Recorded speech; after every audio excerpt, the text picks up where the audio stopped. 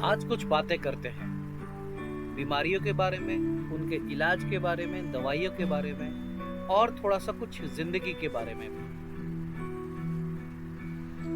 Social media के बहुत सारे इंटरव्यू में देखा कि लोग द फाउंटेन हेड नाम के नॉवेल को बहुत रिकमेंड कर रहे हैं। शाहरुख खान ने इसको कहा कि ये नॉवेल ज़रूर पढ़नी चाहिए। राजकुमार राव का कहना है कि हर 3-4 साल में एक बार इस नॉवेल को ज़रूर पढ़ लेना चाहिए। जाकिर खान भी कह रहा है, बहुत सारे लोग कह रहे हैं कि फाउंटेन हेड नॉवेल को लाइफ में ज़रूर एक बार पढ़ना चाहिए। तो इसके लिए उत्सुकता जागी कि आखिर इस नॉवेल में क्या है। नॉवेल का मैंने यूट्यूब पे कहीं भी समरी खोजा तो कहीं कोई अच्छे सा समरी नहीं था, कहीं कुछ बहुत ज़्यादा लेंदी था, कहीं कुछ छोटा था। और जो उसका इसेंस है कि आखिर उस किताब को क्यों पढ़ना है, उसमें आखिर ऐसा क्या मिलेगा, क्या महसूस होगा, तो ऐसा कहीं पे मिल नहीं रहा था। तो इसलिए मैंने इस किताब का समरी बनाने का के लिए मैंने सोचा कि मैं खुद से इस किताब को पढ़ूंगा। और इस किताब को मैंने छोटे से छोटे टुकड़ों में, 3-4 टुकड़ों में बांट के उसके सेक्शंस को इस कहानी के समरी बनाया है। और बाद में मैंने इसके अपने हिसाब से मैंने देखा है कि आखिर इसमें फ़िलोसॉफ़िकल या इसका क्या एक्सप्लेनेशन है, क्यों आखिर हम लोगों को ये किताब पढ़ने की ज़रूरत पड़ती है। तो कहानी का मुख्य पात्र जो है उसका नाम है होवर्ड रोआर्क। वो दुनिया में अपनी तरीके से अपनी राह और अपनी जगह बनाता है। तो इसीलिए ये कहानी, उसको बहुत सारी समस्याएं आती हैं। जैसे जो पहले से ऑर्थोडॉक्स जो कि ट्रेडिशनल तरीका बना हुआ है, वो उसको नकार के एक नए राह, एक नए तरीके से काम करना चाहता है। इसलिए जो पुराने लोग बैठे हुए हैं, जो ट्रेडिशनली और सक्सेसफुल लोग बैठे हुए हैं समाज के, वो उसको रोकते हैं। उसके जो दोस्त होते हैं वो उसके साथ धोखा करते हैं। कोई उसको रोकने की कोशिश करता है, दोस्त है फिर भी रोकने की कोशिश करता है। जो उसका जो लाइफ पार्टनर होता है वो उसको मना करता है। इसके अलावा बहुत सारे लोग उसके साथ षड्यंत्र करते हैं, बहुत सारी परेशानियां देते हैं। लेकिन इन सब चीज़ों के साथ वो लड़ते झगड़ते और बिना कॉम्प्रोमाइज़ किए वो आगे बढ़ता जाता है। तो इसीलिए ये कहानी इतने सारे लोगों को पसंद आ रही है। जो भी लोग दुनिया में अपने बल पर कुछ करना चाहते हैं, कुछ नया करना चाहते हैं, और जिनको चारों तरफ से लोग कुछ ना कुछ रोकने की कोशिश कर रहे हैं, लेकिन बावजूद वो अपनी जगह बनाने की कोशिश कर रहे हैं। तो इसीलिए ये किताब ऐसे ही लोगों को पसंद आ रही है। और ऐसे लोगों को, जब वो अपनी ज़िंदगी में क्या क्या स्ट्रगल करेंगे, कैसे कैसे लोग उनको मिलेंगे जो कि उनको रोकेंगे, उनको कैसी कैसी परेशानियां आने वाली हैं, ये किताब उन सारे परेशानियों को, लगभग उन सारे तरीके के लोगों को डील कर रहा है। किताब के कहानी में ऐसे पात्र चले आते हैं, ऐसी स्थितियां आती रहती हैं, उसके साथ समस्याएं बढ़ती जाती हैं। हर कदम पे लगता है कि वो अब हार मान के वो रुक जाएगा। किताब पढ़ते वक्त कई बार खुद भी ऐसा लगता है कि इसको छोड़ देना चाहिए था, इसको इतना स्ट्रगल करने की ज़रूरत नहीं थी।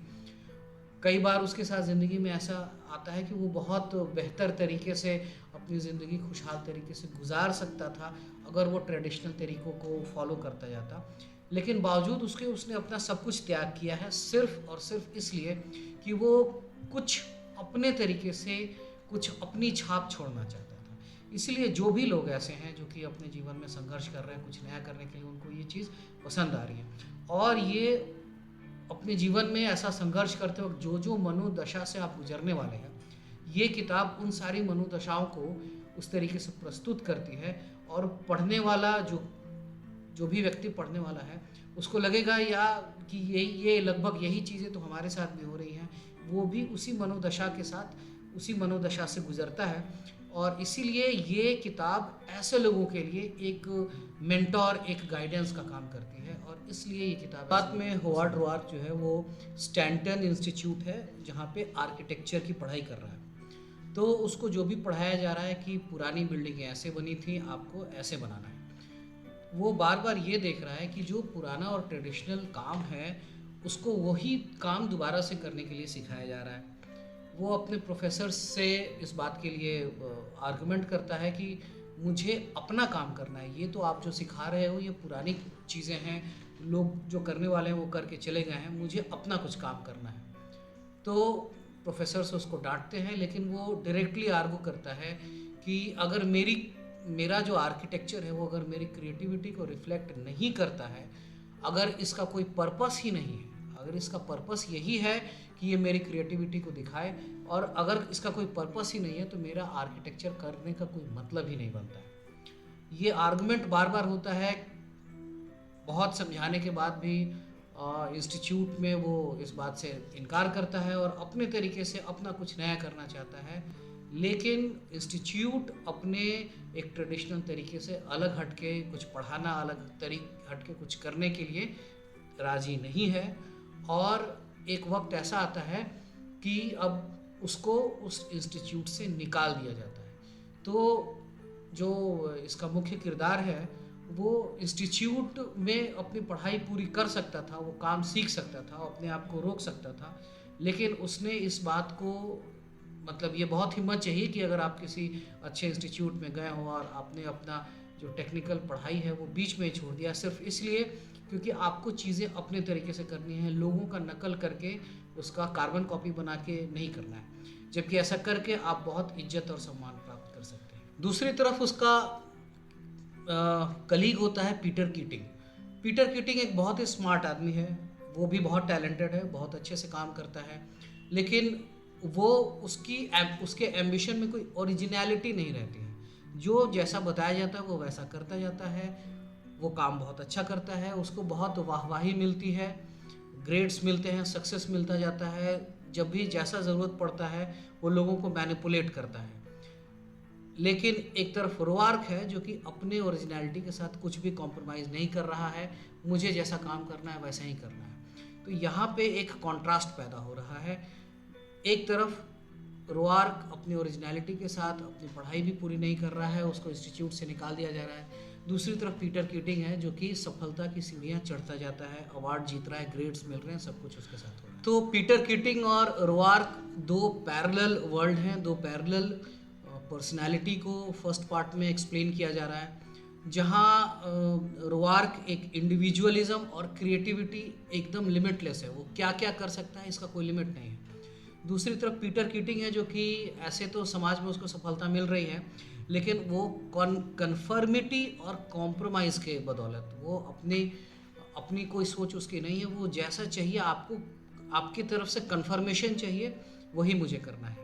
अब यहाँ पे रोआर्क का जो पर्सनालिटी है, जो उसकी सोच है, वो एक लिमिटलेस स्काई की तरह है, वो कुछ भी हो सकता है, एक आसमान की तरह है। लेकिन यहाँ पीटर कीटिंग के चरित्र को हम लोग ऐसा कह सकते हैं कि एक बंद कमरा है जहाँ हवा तो है लेकिन ताजगी नहीं है।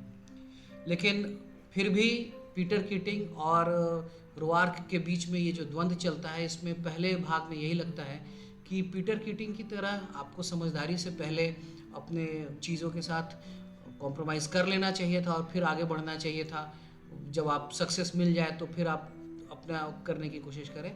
लेकिन यहाँ पे स्ट्रिक्ट ये हो जाता है रोआर्क की तरफ से कि वो अपने ओरिजिनलिटी में थोड़ा सा भी कॉम्प्रोमाइज़ नहीं करता है, प्रोफेसर्स की कुछ भी नहीं सुन रहा है और उसको इंस्टीट्यूट से निकाल दिया जाता है। कहानी के दूसरे हिस्से में रोआर्क और पीटर कीटिंग की अलग अलग दुनिया शुरू होती है, दोनों अलग अलग रास्ते पर चल पड़ते हैं और इनकी समस्याएं, इनका स्ट्रगल अलग होता है। रोआर्क एक हेनरी कैमरून के साथ काम करना शुरू कर देता है। हेनरी कैमरून एक बहुत जाने माने आर्किटेक्ट रहते हैं, उनको जीवन में सफलता मिलती है, बहुत नाम होता है, लेकिन फिर जब वो अपने तरीके से काम करना, अपना डिज़ाइन बनाने की कोशिश करते हैं, अपना इंडिविजुअलिज्म रिफ्लेक्ट करने की कोशिश कर रहे हैं, तो उनको फिर समाज से रेसिस्टेंस मिलता है और धीरे धीरे उनको काम मिलना कम हो जाता है। वो सफलता तो उनको मिली है, लेकिन अब धीरे धीरे उनका समाज बहिष्कार करने लगता है। तो हेनरी के साथ ही ये रोआर्क भी काम करने लगता है और वो ये सीखता है कि एक्सप्लेन करने में अगर हम लोग कहें तो कैमरून हेनरी एक पेड़ की तरह है जिसकी जड़ें ज़मीन में बहुत गहरी हैं, इसीलिए वो रोआर्क को सहारा दे पाता है। लेकिन सोसाइटी ने उसके पत्तों को पूरा मतलब पतझड़ कर दिया, पेड़ सूखा हुआ है। ये पेड़ उस समाज को बहुत कुछ दे सकता था, लेकिन जो समाज का हार्श रियलिटी है, एक्सपेक्टेशन है, लिमिटेशन है अपने सोच में, वो हेनरी कैमरून को उस पत्ते सूखे हुए पेड़ कैमरून के साथ काम कर रहा है। और लेकिन कुछ दिनों के बाद कैमरून रिटायर हो जाते हैं। कैमरून के रिटायर हो जाने के बाद अब रुआर के साथ समस्याएं आ जाती हैं। उसका जो मॉडर्न डिज़ाइन है वो जिसको भी वो दिखा रहा है उसका मॉडर्न डिज़ाइन के हिसाब से कोई भी उसको काम नहीं दे रहा है। लेकिन रुआर्क है कि उसको काम मिले ना मिले, उसके पेट में खाना दाना है या नहीं, लेकिन वो अपने डिज़ाइन से कुछ भी कॉम्प्रोमाइज़ नहीं कर रहा है। यहाँ पे धीरे धीरे रुआर्क अकेला हो जाता है, लेकिन ये अकेलापन उसको डिफाइन नहीं करता है। इस चैप्टर में हम लोग ये देखते हैं कि रुआर्क जैसे एक सुनसान रास्ते पे चला जा रहा है, कोई नहीं है, एक रेगिस्तान है, चारों तरफ सूखा है, कहीं कुछ पानी का भी कुछ नहीं है, और रुआर्क अपने रास्ते चला जा रहा है। ये डिटर्मिनेशन उसके कैरेक्टर को बताता है कि उसके आँख में सिर्फ लक्ष्य है कि मुझे अपना काम करना है, मुझे कुछ करके दिखाना है, मुझे पहले से जो है उससे बेहतर कुछ करना है, और इस चक्कर में वो पूरा अकेला पड़ गया है। लेकिन इस पूरे अकेलेपन में, रिजेक्शन में, हम लोग बहुत ज़्यादा कन्फर्मिटी, जैसे अच्छा कोई कपड़ा पहना तो हम एक दूसरे से पूछते हैं कि ये कैसा लग रहा है, लेकिन रुआर्क का कैरेक्टर अलग है। उसको किसी से भी कन्फर्मिटी नहीं चाहिए। उसने अगर कोई कपड़ा पहना है तो वो अच्छा है, उसने उस पर बहुत ज़्यादा मेहनत की है, उसने उसको ओरिजिनल किया है। ऐसा नहीं कि फलां ने पहना होगा तो मैं पहन लेता हूँ, मुझ पे भी अच्छा लगेगा। रुआर्क का कैरेक्टर एकदम इतना मजबूत और स्ट्रिक्ट कैरेक्टर है कि वो किसी भी चीज़ में थोड़े सा भी कॉम्प्रोमाइज़ नहीं कर रहा है। तो इस सेक्शन को पढ़ने के बाद पढ़ते वक्त जो स्ट्रगल फेज होता है, जब आपको बार बार रिजेक्शन मिल रहा है, सब लोग आपको भला बुरा कह रहे हैं, आपका मजाक उड़ाया जा रहा है, आपने जो भी लक्ष्य रखा है, सारा समाज, आपका परिवार, मित्र, सभी लोग ये कह रहे हैं कि आपका लक्ष्य बहुत ही बेकार और उटपटांग लक्ष्य है, ये कभी आप पूरा कर नहीं पाएंगे। वहीं आपके जो अपने साथी रहेंगे वो अपने जीवन में आगे बढ़ते चले जा रहे हैं। तो यहाँ पे इस सेक्शन को पढ़ते वक्त रुआर्क के मेंटालिटी को जब हम लोग देखते हैं तो वो स्ट्रेंथ, वो ताकत महसूस होती है कि आखिर रुआर्क इतने सारे रिजेक्शन, फेलियर को भी झेलते हुए अपने डिटर्मिनेशन से नहीं हिल रहा है। उसको जो करना है वो करना है, चाहे जो भी तकलीफ़ें आए, चाहे जितना भी दुनिया उस पर हंस रही हो या उसको भला बुरा कह रही हो। रुआर्क के कैरेक्टर में यहाँ पे हमें एक और चीज़ मिलती है, डीप सेंस ऑफ पर्पस। हमें कोई काम अगर करना है तो उसका एक पर्पस है, और उसका वो पर्पस बहुत ही बड़ा और गहरा पर्पस है, एक बहुत ही डीप सेंस महसूस होता है। दूसरी तरफ ये दिख रहा है कि जो पीटर कीटिंग है, जो कि अपने जीवन में सफलताएं प्राप्त किए जा रहा है, काम किए आगे बढ़ा जा रहा है, जीवन की सुख सुविधाएं मिली जा रही हैं, लेकिन अंदर से वो आदमी खाली है। अंदर से उसके कोई पर्पस नहीं है, बस रनिंग आफ्टर डिज़ायर है कि अभी ये करते हैं। मतलब जीवन, उस लाइफ जो है, जो कि हम सब ज़्यादातर लोगों का जीवन इसी में कट जा रहा है कि डिज़ायर एंड एप्रीहेंशन। कोई चीज़, ये अगर मैंने नहीं किया तो मेरा ये नुकसान हो जाएगा, मैं बर्बाद हो जाऊंगा, या मुझे ये फ़ायदा नहीं मिलेगा। एंड डिज़ायर कि मुझे ये चाहिए, ये कर लूँगा तो ये हो जाएगा। तो साधारण लोगों की पूरी ज़िंदगी डिज़ायर और एप्रीहेंशन में कट जाती है। लेकिन यहाँ पे रुआर्क एक ऐसा कैरेक्टर है जो कि एक पर्पस को लेके चला है। उसका बहुत डीप सेंस ऑफ पर्पस है कि ये करने का एक लक्ष्य है, इससे ये चीज़ प्राप्त होगी, जो कि एक बहुत ही, मतलब क्रिएटिविटी तो यहाँ पे ऐसा दिखा है। बहुत सारे लोगों का पर्पस होता है जीवन में, कोई अपने सारे जीवन किसी चैरिटी में लगा दे रहा है, कोई किसी मेहनत, कोई पेड़ लगाते हुए अपनी ज़िंदगी गुजार दे रहा है। ऐसे सारे लोग, या स्पोर्ट्स में कोई अपना पूरा सब कुछ छोड़ के अपना पड़ा हुआ है, अपना जीवन लगा दे रहा है। ऐसे लोग, जितने भी ऐसे सारे लोग हैं जो कि सारी, मतलब सफलताओं को, और एक जैसे धोनी के फिल्म में हमने देखा कि उसकी एक सरकारी जॉब लग चुकी है। सरकारी जॉब के लिए यहाँ पे तो कोई भी कुछ भी करने को तैयार है। सरकारी जॉब को छोड़कर वो खेलने चला जाता है। सरकारी जॉब में धोनी के पास एक अच्छी ज़िंदगी थी, पैसा था, स्टेबिलिटी थी, पेंशन था, शादी होती, समाज में इज्जत रहता, सब कुछ थे। उसको छोड़ के वो क्रिकेट खेलने चला जाता है। एक अनसर्टेन जगह है जहाँ की क्या होगा कुछ मालूम नहीं है। कैप्टन बन जाएंगे या वर्ल्ड कप जीतेंगे, ऐसा कोई, मतलब ऐसी कोई बात पिक्चर में नहीं है। लेकिन वहाँ एक डीप सेंस ऑफ पर्पस है कि मुझे करना क्या है, मैं किस लिए बनाऊँ, मेरे होने का मतलब क्या है। अपने होने का मतलब खोजने वाले लोग जो हैं, जो कि मटेरियल वर्ल्ड, इस दुनिया की सारी सुख सुविधाओं को जो भी मिलता है, जो कि जिसके पीछे हम सब परेशान हैं, उन सारी चीज़ों को छोड़कर जो अपने उस डीप सेंस ऑफ पर्पस की मेरे अपने होने का क्या मतलब है, उसको चुन रहे हैं, उसके पीछे भाग रहे हैं। तो इसीलिए स्ट्रगल करते हुए हर एक आदमी के लिए जो कि कुछ नया अपना करना चाहता है, उसके लिए ये किताब एक मेंटर का काम कर रही है। तो अब बढ़ते हैं हम इसके आगे आगे के सेक्शन में।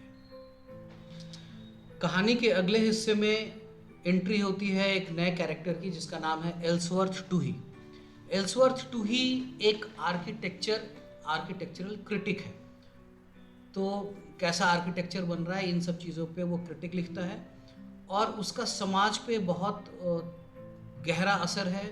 वो एक बहुत ही पावरफुल इंसान होता है और पूरे समाज को मैनिपुलेट कर सकता है। समाज को मैनिपुलेट करने का मतलब है कि ऐसे लोग जो कि अपनी बातों से पूरे मतलब समाज को, बहुत बड़े हिस्से को सोचने पे, मतलब उनकी सोच को की दिशा को बदल देते हैं। वो जैसा चाहते हैं कि समाज ऐसा सोचे, वो जैसा चाहते हैं कि लोग ऐसा करें, उनकी बातों से, उनके प्रेजेंस से आज के समय में आप मीडिया और जो नेता हैं, इन सब लोगों को इस जगह से आप रिलेट कर सकते हैं। तो अपने आर्किटेक्चरल क्रिटिक के माध्यम से वो उस जगह के पूरे समाज पर उसका इतना तगड़ा प्रभाव है कि लोग वही सोचते हैं जो एल्सवर्थ टूही चाहता है कि लोग सोचें, जो समझें। एल्सवर्थ टूही और रुआर्क का कन्फ्रंटेशन होता है। डायरेक्टली वो कन्फ्रंट नहीं करता है, लेकिन वो रुआर्क के काम को हर तरीके से रोकने की कोशिश कर रहा है। अब इसका एक बहुत बड़ा अच्छा एग्जाम्पल है। हालांकि ये नावल लिखा हुआ बहुत पहले का है, लेकिन देखिए आज के समय में या इतिहास में बार बार इसका कैसे प्रभाव पड़ा है। एग्जाम्पल लेते हैं हम लोग नोकिया फ़ोन का। एक समय था कि नोकिया फ़ोन सबसे बढ़िया फ़ोन होता था, जिसके हाथ में है नोकिया ही है। एंड्रॉयड आता है, लेकिन नोकिया अपने सिम्बियन जो सॉफ्टवेयर होता था उसको छोड़ के एंड्रॉयड पर शिफ्ट नहीं करता है। दुनिया के सारे देशों में नोकिया फ़ोन्स की मोनोपोली होती है। क्वालिटी उनकी बहुत बढ़िया थी, बहुत अच्छी थी, लेकिन फिर भी वो एक नए तरीके से नए चीज़ों को अडॉप्ट करने में उन्होंने देर की। धीरे धीरे ये हो गया कि नोकिया की कंपनी बंद ही हो गई। अब तो थोड़ा बहुत चलता है, जैसा भी है, ये सब जानते हैं। ठीक ऐसा ही हुआ था xerox company. Xerox company photo copy बनाती थी। अब उसके यहाँ काम करने वाले कुछ टैलेंटेड लोग थे जिन्होंने कुछ नई चीज़ें निकाली थी, जैसे ये टच स्क्रीन का होना, ये माउस पैड, माउस का होना जिस पे कि एरो ले जाते हैं और चीज़ें हम लोग घुमाते हैं। इस तरीके का बहुत सारा टेक्नोलॉजी उन्होंने निकाला था, लेकिन उसकी कंपनी में उन चीज़ों को महत्व नहीं दिया गया। कहा जाता है कि स्टीव जॉब्स और बिल गेट्स, उन लोगों के साथ, वो लोग सारे लोग जो टैलेंटेड लोग रहते थे, एक जगह पे क्लब बना कर रहते थे, उनके साथ उन्होंने महीना भर गुजारा था, उनसे बहुत सारी चीज़ें सीखी थी। बाद में एप्पल कंप्यूटर ने और माइक्रोसॉफ्ट ने उन सारी चीज़ों को अपने में इनकॉर्पोरेट किया। धीरे धीरे इनकी कंपनी बड़ी हो गई और जेरोक्स कंपनी धीरे धीरे बर्बाद होती चली गई। इन जगह पे इसके पहले ही ये कहानी यहाँ पे रुआर्क और टूही की ये कहानी यहाँ पे दिखा रही, वो ये दिखा रहा है कि टैलेंटेड होना, एक मतलब टैलेंटेड होना और एक नए तरीके से कुछ करने की कोशिश करना, कोई बदलाव करना, ये एक स्वार्थ, सेल्फिश काम है। और जो पहले से चल रहा है उसी को आप सपोर्ट करें, उसी को आप जैसा चल रहा है चलाते रहें, जो प्रोटोकॉल बना है उसको मेंटेन करते रहें। तो ये आपका, ये ह्यूमिलिटी है, यही आपको करना चाहिए, यही सही तरीका होता है। तो यहाँ पे आप आज के समय में हर जगह, हर कंपनी में या सरकार में, जहाँ भी जो भी ऑर्गेनाइजेशन है, वहाँ पे ऐसे लोगों को आप हमेशा देख सकते हैं, मिलेंगे, जो कि जिनका कि बहुत स्ट्रॉन्ग होल्ड है, जिनकी बातें चलती हैं, जिनकी बातें सुनी जाती हैं, लेकिन वो लोग पूरे कंपनी को, पूरे सिस्टम को, पूरे इंस्टीट्यूशन को और पूरे समाज को मीडियोकर बना के रखते हैं। कई बार अभी एक वीडियो में मैंने देखा था कि ये कह रहा है कि सरकार इतनी सड़कें क्यों बना रही है, क्योंकि इंडिया के 20% लोगों के पास ही कार है, तो इतनी सारी सड़कें क्यों बननी चाहिए।